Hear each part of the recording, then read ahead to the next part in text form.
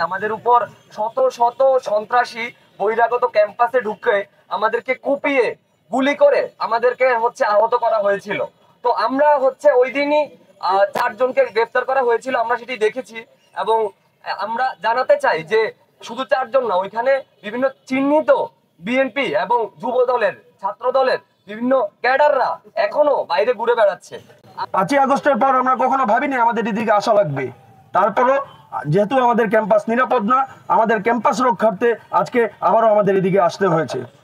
আমরা সাধারণ শিক্ষার্থীদের পক্ষ থেকে একটি 5 সদস্যের দল আমরা প্রধান উপদেষ্টার একান্ত সচিব সাব্বির আহমেদের কাছে গিয়েছিলাম। ওনার সাথে আমরা এতক্ষণ কথা বলেছি। আমাদের স্মারকলিপি সহ আমাদের ক্যাম্পাসের 5 ব্যাচের 16 ডিপার্টমেন্টের 5000 শিক্ষার্থীর সাইন সহ স্মারকলিপিটি নিয়ে গিয়েছি। সেখানে আমরা আমাদের স্মারকলিপিটি ওনার কাছে দিয়েছি এবং আমাদের যে দাবিগুলো ছিল, ইচ অ্যান্ড এভরি দাবিগুলো আমরা ডিসক্রাইব করেছি।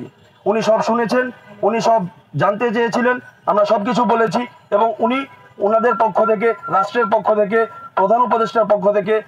প্রধান উপদেষ্টার প্রতিনিধি হয়ে উনি আমাদেরকে আশ্বস্ত করেছেন যে আমাদের দাবিগুলো অতি শীঘ্রই এগুলো বিবেচনায় আনা হবে এবং যথাযথ ব্যবস্থা নেওয়া হবে। এবং আমাদেরকে বেশ পজিটিভ রেসপন্স দিয়েছেন, যার কারণে আমরা অনেক আশাবাদী রাষ্ট্রের কাছে। এই রাষ্ট্র এসেছে আমাদের জুলাই আগস্ট মাসের আন্দোলনের মাধ্যমে। তাই এই রাষ্ট্রের কাছে এখনো পর্যন্ত আমরা আশাবাদী যে আমাদের জন্য ওনারা ব্যবস্থা নেবেন। যেহেতু ওনারা আশ্বস্ত করেছেন যে আমাদের দাবিগুলো নিয়ে কাজ করা হবে এবং অতি শীঘ্রই রেসপন্স করা হবে, তাই রাষ্ট্রকে আমরা একটু সময় দিতে চাই। এবং আমরা আপাতত কয়েকদিন আমাদের কোনো কার্যক্রম থাকবে না।